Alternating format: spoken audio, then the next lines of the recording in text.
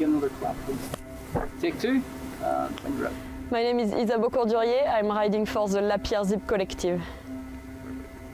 I'm 30 years old. I forgot about this one. Courageous, savage, determined, smart, kind, fast, funny, and competitive. She's one of the good ones. My first EWS was actually the first ever EWS back in Punta Ala in Italy in 2013. I remember I was super afraid of it because it was the longest raid I would have ever done. There were so many legends around me and I was just, like taking everything in, all of the advice. And I just remember like finishing this massive race, which was super difficult, and thinking, wow, this is super cool, I want to do more of it. So I think I met Isabeau, I was still racing downhill, and she was already racing enduro, and it was just starting the Enduro World Series. I remember we went for dinner in Annecy, like all together with some friends, and I was like, yeah, she's like pretty badass, she's cool. She just loves bikes, loves life, and super funny girl. Like easy to talk, with a vision of the life, like just like perfect.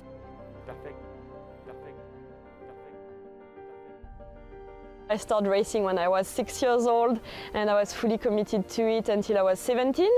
And I think I was 18 when I first did a few enduro, like local races. My first event was actually the Tribe 10,000 in France, in Val d'Alos, which was very famous in enduro back then.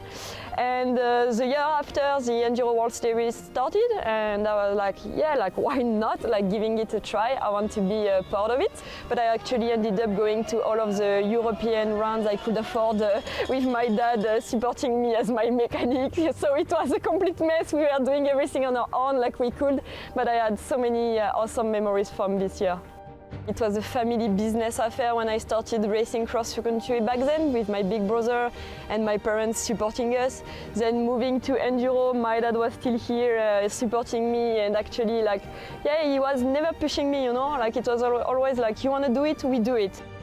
She gives the best at every day during the training, during the winter, like really. And she also have a motivation like at another level.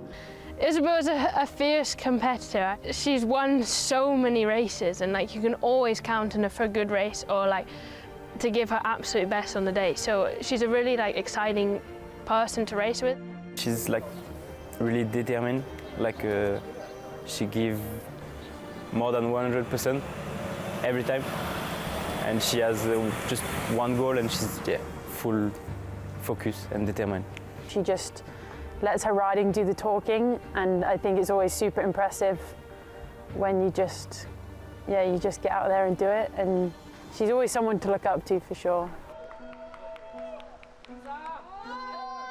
I think enduro has really go through a lot of different stages throughout its progression, and I felt like at the beginning it was truly about like being self-sufficient. We were going out with full backpacks with everything in it, and then it has moved slowly to a more like professional format where we were racing like some shorter stage and stuff like that. And I think, it has gone through a lot of stages, but what I feel like is still part of the process is the trails. We are still riding some the most amazing trails. Let's go! We had some fresh tracks in Combloux, and this is for me the footprint and the ADN of enduro, and I think it's truly important that we keep this in the coming year, because this is what separates us from downhill and from the other disciplines, and I think it's very important to keep this. The season I really think is a best example of what is my dedication into my career is 2021. And with the La Pierre Zip Collective, because that's where I truly felt enduro is a community and my team is a family. They really helped me so much to process the loss of my father, and there was so many emotions into this racing. And at the end of the season, I still got third into the overall thanks to them and the support. And I truly felt the love that there is into this community on this season. So I won't say it's one of my best, obviously, but it's one of the ones that matters the most into my career. So my goal as a rider that was getting older was to help a young woman to actually get into enduro and get to a certain level where she can, get confident. And this is what we've done with Lily. She always told me that she have a flame inside of her. I think it's that push her. Enduro gave me a lot, and I want to give to the sport and give to the younger women and riders back. And that's what I'm doing with Lily, and so it's a big part of what I want to do.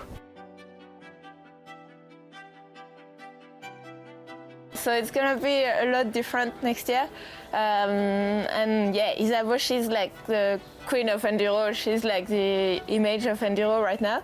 So yeah, it's gonna be really different. We're gonna miss her for sure, but I could see her coming back the year after. So we'll see. I think she's not totally done yet. There are things you can plan, there are things you cannot. Like maybe I will have a family next year, maybe it will take me 10 years. Like you have no clue about this, you never know. Like each path is different. But I would say that if I can, I will. And I think that's the best I can say so far. If I have the physical possibility, if mentally I want to do it, then I will. But if none of it is possible, I won't push, because I think I want to respect me first.